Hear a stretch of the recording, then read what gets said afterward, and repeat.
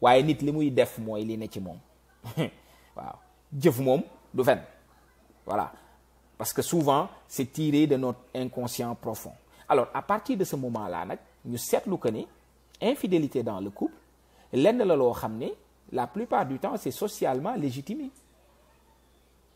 ci message yu ñuy envoyer ci message yu ñuy intérioriser ak message yu ñuy vulgariser et dañ koy xool même dans l'environnement médiatique boo seetloo théâtre yi téléfilm yi tout ça là posture bu ñuy jox jigéen ñi ak posture bi ñuy jox góor ñi da ngay seetlu toujours que ne ça tend à légitimer nga déglu ko ci wëy yi keroog rek maa ngi def benn post ci yu mel noonu mu am sama benn xarit mu envoyé ma mais moom c'est quelqu'un qui est nan laa koy waxati sax il est hyper conservateur hyper conservatisme lay dund mu envoyé ma woyu ki ne lam boobu muy wax sëy xare la ah xaw ma ndax ñu ci bëri ci yéen peut-être dégg nañu woy boobu.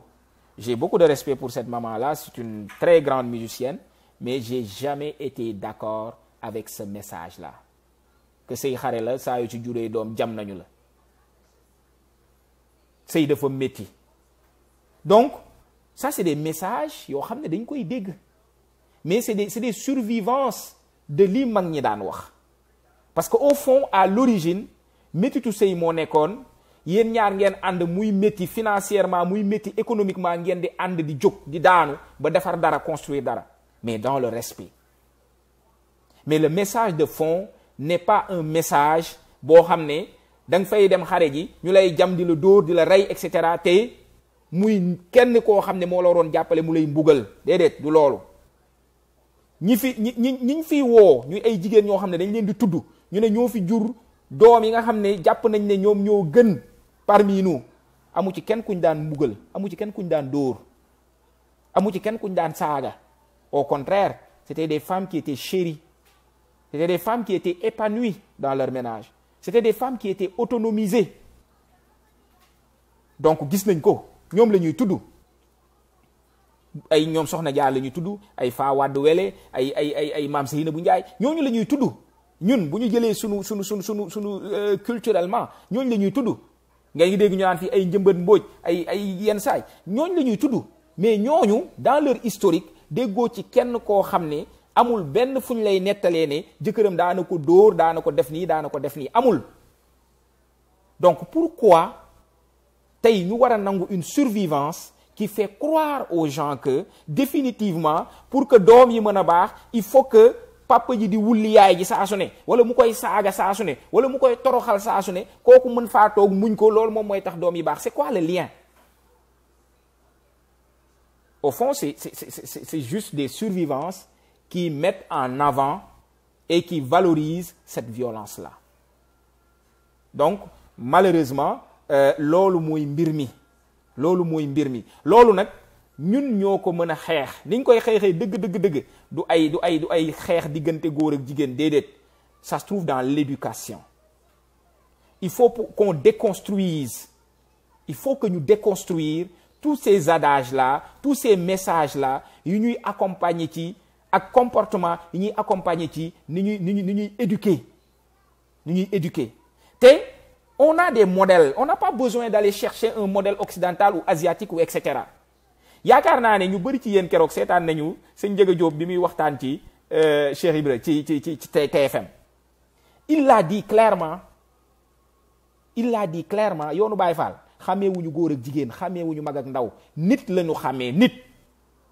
Le respect de l'humain c'est extrêmement important, ce respect de l'humain là.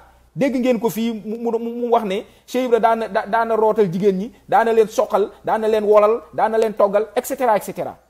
Alors nom de Dieu, pourquoi aujourd'hui on doit arriver à un point où on se dit que ah oui booy wax ci yu mel noonu tu es occidentalisé? Je trouve que c'est un faux procès. Man moom dëgg fi mu ne nii dama tul ci yooyu nañu wax ba suba te j'ai mes propres références du ma leen jëli fenn en Occident man samay références suñuy références la ñun fa ñuy dund suñu dëkk muy ci sama famille muy ci ñi ma gëm muy ci sama ay sëriñ muy ci ñi ma wër foofu la sama ay références nekk te ñooñu laay xool. Donc il faut que ñu génn ci cette sorte d'hypocrisie là man noonu laa koy wooyee qui crée un gros gap entre ce qu'on appelle nos modèles et notre réalité de vécu. Il y a un gros gap. Da ngay ñëw taxaw nga ne yow jullit nga ne yow sa modèle principal mooy le prophète sallallahu alayhi wa sallam mais des fois dara luy niroog la yonent bi daan def ak ay soxnaam dara. Au contraire, tu fais tout le contraire de ce qu'il faisait. Et tu t'attends à ce que ton épouse fasse ce que les épouses du prophète faisaient avec le prophète. Mais il faut être conséquent. Il faut être conséquent à un moment donné. Il faut être conséquent. Pourquoi yow nga bëgg say soxna def comme nii soxna yu baax ya daan def te yow defoo ni góor yàlla yu baax ya daan def mënul nekk. C'est très contradictoire. Alors, à partir de ce moment-là, il faut être psychologiquement déséquilibré pour lier la souffrance d'une mère à la réussite de son enfant. Mais définitivement. Donc, loolu moom faatu lu nekk la lu am solo la. Mais comme li may wax ñu ci bëri ci góor ñooñu aussi di ko def wala nit ñooñu di ko def c'est des personnes en souffrance. Xam nga tey boo gisee jigéen jël moroomu jigéenam soode ko jigéen ñëpp dañuy jóg dal ci kaw ku jigéen kooku waaw dafa bon dafa nii dafa nangam elle a commis un acte répréhensible lu bon la def waaye est-ce que dinañu xool au-delà de jëf-jëf jooju lan moo nekk soubassement wu jëf-jëf ji est-ce que dinañu xool nit kooku ban souffrance lay dund li tax mu war a def lu bon lu méchant loolu noonu mu war koo def est-ce que dinañ ko xool ñu ne diw rey na jabaram wala ñu ne diw soode na jëkkëram l'acte en tant que tel est à bannir, l'acte en tant que tel est à dénoncer. Mais est-ce qu'on regarde au-delà de ça? Keroog maa ngi dégg benn histoire ndeysaan bu doy waar une femme bu ñu jàpp je pense que tëj nañ ko ñu ne dafa sàcc bébé.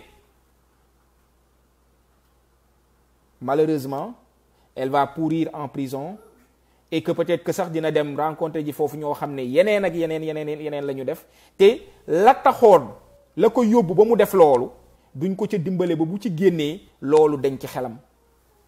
Lan moo war a mën a tax jigéen di dem di sàcc ji doom ngir war a won ay waa këram ne leen am naa doom?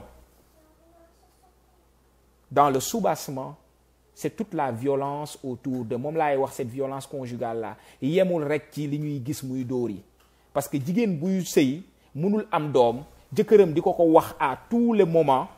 Ok yenn saa yi sax am na ci ñoo xam ne dañuy dem uti doom à l'extérieur du mariage waxuma sax ñu dem tekki jabar am fa doom de mais dañuy dem uti doom à l'extérieur du mariage pour te montrer simplement que voilà ok say dëkkaale say njaboot ak et cetera. J'ai connu combien de femmes en thérapie yoo xam ne elles ont tout perdu à cause de dem naa seeti sëriñ diw. Y en a même des femmes yoo xam ne elles se sont fait abuser par des charlatans. Je te parle d'abus sexuels. Parce que dañu demoon di wuti ay ñaan pour nu ñuy def ba mën a am doom dañuy demoon di wuti ay ñaan pour violence bi seen jëkkër am envers ñoom wala disons distance bi nga xam ne wala comportement bi nga xam ne ñu ne dañuy garder seen sëy. On peut pas comprendre à quel point les femmes souffrent et pourtant dañ leen di juger parce que c'est plus facile de juger que d'aller comprendre le soubassement. Bon. Valette Fall mu ne l'infidélité des femmes mariées au Sénégal duñu ci wax bëri na trop. Bon écoute Valette li ma la ci mën a wax mooy infidélité comme ni ma doon wax sànq yemul ci góor wala ci jigéen mais dans notre société bu dee jigéen a koy def c'est plus répréhensible parce que mooy li may wax poids bi ñuy jox jigéen la ak ci responsabilité am mu war a téye boppam. Mooy poids bi nga xam ne li may wax le contrôle social de la sexualité des femmes man noonu laa koy tuddee. Il y a un contrôle social de la sexualité des femmes loolu nag c'est pas l'apanage de ñun suñu société. Da nga koy fekk ci société de type patriarcal yëpp da nga koy fekk ci communauté religieuse yëpp de type patriarcal da nga fay fekk mu ñuy ay communauté yoo xam ne y a un contrôle social de la sexualité des femmes. comme li may wax au début man nekkuma ci logique wu baax na wala bon na li may bëgg fii nii mooy nit ñi mën a comprendre les dynamiques pourquoi nit war a mën a comporter wu nii wala nale. Alors imaginez-vous une femme boo xam ne mi ngi ci biir néegu sëyam jëkkëram dem tukki nekk disons États-Unis munu fa am papier, il va rester 10 ans aux États-Unis 10 ans ou même plus, ok takk fa jabar moom wala mu am fa ay gelam wala di dundam. La femme reste au Sénégal, elle est entretenue dans la maison familiale et que les gens oublient que c'est une personne aussi de chair. Qu'est-ce qu'elle fait? Gis naa ci ay femmes yoo xam ne même dans les thérapies que j'ai eues gis naa ci femmes yoo xam ne seen jëkkër yi bopp ñoom ñoo leen di yónnee disons des produits sexualisés là, ok ñoom ñoo leen koy yónnee pour ñu am ay produits sexualisés yoo xam ne pour mën a ñoom di parfaire seen di satisfaire seen bopp sexuellement, alors que eux en contrepartie ils sont dans une autre vie ailleurs. Ok, ça c'est un exemple. Un autre exemple mooy am na ci ñoo xam ne ben ñu ngi ci biir di sëy ak seen jëkkër ñu nekk ci biir kër gi, mais dégg naa ci ñoo xam ne nee nañ ma y a 2 mois, ça fait 2 mois ou 3 mois ngi nii sama jëkkër xamul ni ma mel.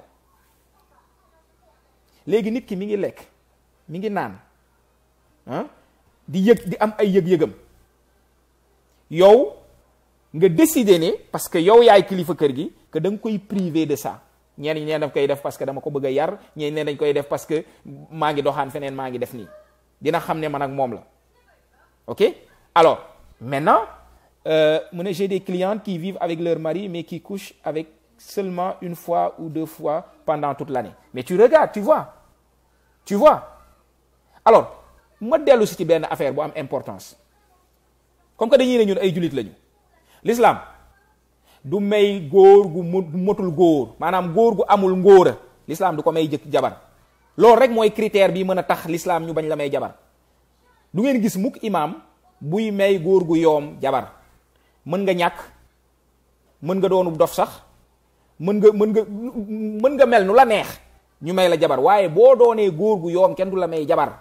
dafa bokk ci critères yi. loolu ban message la ñu fa yàlla bëgg a envoyer, il faut que ñu xam ko. message bi ñu bëgg a envoyer mooy c'est le fondement du couple. bu ñu xoolee ci histoire dans les grandes guerres que le prophète sallallahu alayhi wa sallam a menées, militaires yi bu ñu daan dem ñi bàyyi woon ay soxna bu ñu daan dem 6 mois fu mu jotee mu delloowaat leen ne leen dem leen ngeen seeti seeni soxna. ñi am sax ay soxna yu bees am na ci ñoo xam ne daf leen di sax ne toog leen far bu leen ñëw. Restez avec vos épouses. léegi yow nga ne yow da ngay toog 2 ans 1 an 2 fois ngay sëkk ak sa soxna sur 1 an. Au nom de quoi? Mais dans ces 1 an là 2 fois yooyu yow après le reste yow fan nga koy dem satisfaire ji yow. Et tu veux que cette personne là reste. Ok? Alors maintenant si tu es impuissant, mais c'est ta responsabilité que nga dem faju ji. mooy li ma doon wax, y a des impuissances yoo xam ne c'est des impuissances passagères, y a des impuissances yoo xam ne c'est biologique, y a des impuissances yoo xam ne c'est psychologique.